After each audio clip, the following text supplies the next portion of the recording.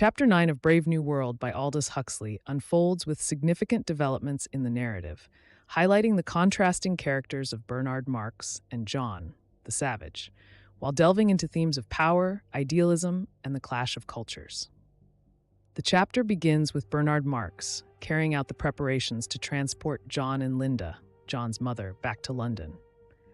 This requires a visit to Santa Fe, during which Bernard contacts Mustapha Mond to secure permission for the transfer. Following this, he meets with the warden, demonstrating a newfound assertiveness and confidence that starkly contrasts with his previously depicted insecurities.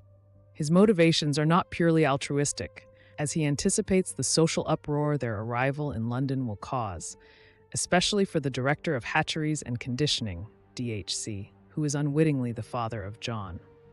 Bernard envisions this as a means of leveraging his own social standing, revealing a vein of opportunism and foresight that had been hitherto obscured by his generally complacent demeanor. Meanwhile, Lenina, who has accompanied Bernard on this trip, indulges in a soma-induced escape from reality. It is during her vulnerable, unconscious state that John finds her. Having been momentarily left alone and mistakenly believing that Bernard and Lenina had abandoned him, John takes the opportunity to enter their rest house. There, he discovers Lenina asleep and experiences a rush of emotions and thoughts influenced extensively by his unique upbringing and Shakespearean education.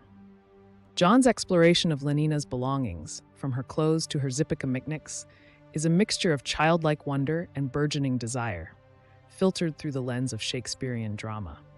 He is particularly entranced by her beauty while she sleeps, drawing parallels with Shakespeare's Juliet. However, despite his attraction, and in a testament to his character's complexity and depth, John resists the urge to act upon his baser impulses, notably stopping himself from unzipping Lenina's clothing.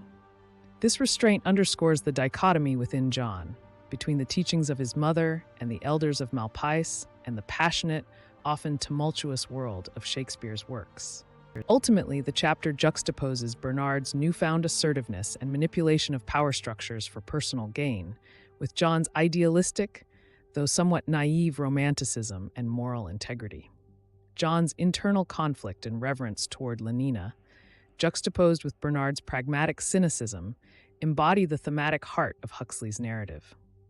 The chapter not only advances the plot, but also deepens the reader's understanding of these characters' complexities and the novel's broader commentaries on power, societal norms, and the human condition.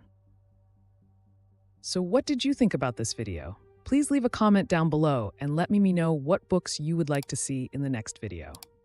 Signing off, this has been another Bookly Crash Course.